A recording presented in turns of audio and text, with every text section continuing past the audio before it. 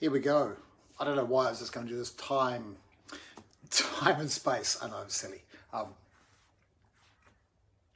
Last week I gave you, we stepped back and we went back to, which is still my favorite step, the step which is required to achieve pure authenticity, or to really experience what authenticity can be like and feel like. And that is no change of state. Just to reiterate, there was no change of state. As before you step on stage or before you go on camera, you don't change into another state. You don't judge the state you're in to be wrong or right, good or bad or positive or negative to your presenting. You simply begin. This right now is how I am feeling. I haven't changed because I'm on camera. I don't need to perform for you. All I need to do is part with my wisdom, my vast wisdom. The second step of the Eggelton presenting method, which is actually swapped, done a little bit of a jig and swapped with number 3, which it used to go no change of state, head to heart, brain, and time and space. And what I'm discovering with my presenting and with my clients is that time and space is necessary first to understand and achieve and to get comfortable with it, because that allows you to step into the heart brain. So, time and space is the time and the space between the words. The space in between the words is as potent as the words themselves. And what happens when we get on camera or when we get on stage is there is an external pressure for us to fill the space with words. And you see this time and time again of speakers, people, the camera does weird things to people, an audience does weird things to people. But most of all, it applies a pressure for you to fill the space, because after all, that's your job, right, to speak. See, the word public speaking is misleading. The word speaking is misleading. I've said this before, we can't really call ourselves public feelers, can we? But that space in between the words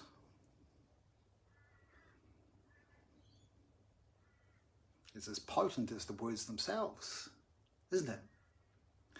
And on stage, so if we constantly keep filling the void and filling the space, you're using words that are superfluous, that are watering down the potency of your language, of your point. And the only things that should be leaving our lips really are the words that are to be delivered, that add meaning or add potency to our point. Unless, of course, we're in a jovial or fun mood and you're filling that space with very impromptu beats or things that are happening naturally, organic for you. But when on stage, I will often stand in the space, and I'm happy with the space because I know in that space, if I'm comfortable and I'm present in that space, and I'm asking myself, what do I really want to say here? According to how I feel today, how I feel is going to influence what I say, what language I use, how I articulate my point is going to be all influenced by how I'm feeling today. Now, how you're feeling today will be different tomorrow, and how you're feeling tomorrow will be different the next day. So theoretically, if you were to do the same topic for 7 days in a row, the topic would vary. The language that you use, the energy that is behind the language, your energy will be different. Your state will be different. You will deliver your topic in a different way. If I do this again tomorrow, it's going to be different. I think you get my point. So the space in between the words, if you think of 2 words, and you pull those 2 words, just stay with me. If you pull those 2 words apart, and in there is an infinite possibility of words and sentences and ideas that you can choose from. But if we skip to that next word or fill that void, that space with more superfluous words, we never get to explore what's actually in there. And when we do explore the space in between the words, we end up discovering what we truly want to say, what wisdom you have.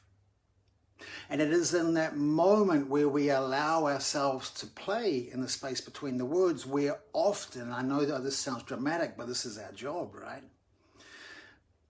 But when we give ourselves that time and space, we allow ourselves a greater opportunity for God to work through us.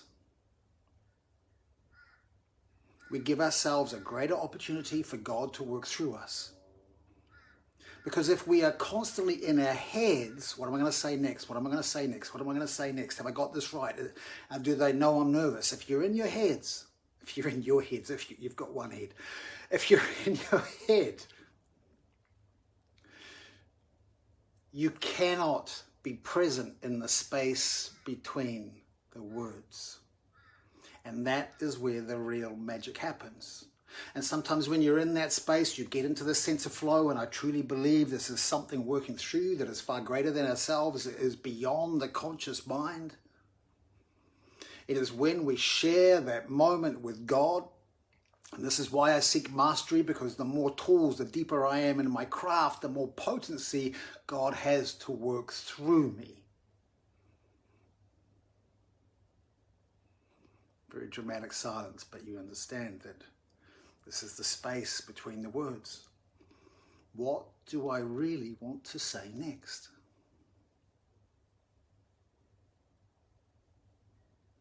Our ultimate is to be in the heart brain when we're working. And when we use these in tandem, the brain, this is our conscious mind, this is what I'm thinking of, this is what I've stored, this is what I've heard before, this is what my wisdom, the heart brain, has passed on to me and I'm storing because it was so damn poetic and beautiful at the time. I could feel the difference. The weight in my words was different. The connection with my audience was different. And when we combine that head, I'm trying to speak without a Kiwi accent, the head, when we combine that head with this consciousness, which is the heart brain, step 3, head to heart brain, we have a potency and a spiritual experience on camera and on stage. This is where, when enough people are doing this, and we work our way to this point of becoming world class and on bigger stages, having more impact, creating more change, and only change creates change. Change has to come from creation. Change has to come from creation. Change cannot come from here. This is what it's already known, what I already know, and what I'm passing on. This is copy and paste. This is creation. Which is why, for me, world-class presenters, the redefinition of world-class presenting is a complete, unique point and idea. Spoken, conceived from the heart brain. Conceived from the heart brain. And I was saying this to the people in my mastermind this morning. When I go on stage and speak, I'm so confident in what I am articulating and what I am presenting to my audience. I just don't have any self-doubt in my content, because my content has all come from the heart brain. If it's come from here, it is true. It is perfect. It has potency. If it has come from here, you can't quite probably see me, but if it has come from the heart brain, you cannot go wrong. And sometimes the heart brain just gives you a clue, a word or a sentence, and then you have to flesh that out and use your due diligence to pull it apart and understand what the clue was. And that's actually how I discovered time and space, by the way. That took me 12 months to figure out why my heart brain had given me the words time and space. And now it is the most potent of the steps by far. So there you have it. Step 1, no change of state. The creation, the platform to achieve pure authenticity. No more performing, no more acting, no more indicating, no more trying to show my audience how I want them to see me. You see me. You see me, all of me. I don't need to tell you stories so you can resonate with me. You resonate with me because you see me already. And then step 2, time and space, taking the time in the space between the words and being comfortable in that space so you can truly discover what is there to be presented. To see if there are moments that you can share with God when you're working. And this effectively is what people are paying for. To see the moment that you've shared with God. That is artistry, isn't it? Isn't that artistry? Isn't that you buy a painting? Isn't that artistry? When someone's on stage or acting and they're in this beautiful sense of flow and you just go, this is why I'm paying to see this person or to hang this on my wall.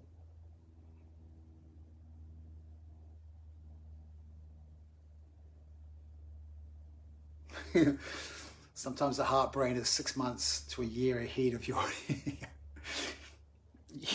Yep. Heart brain work is magic. It's magic, and there's tools and there's processes to use to be able to do this. It's not like you just have to make it up and learn. It's something that is I find very process driven.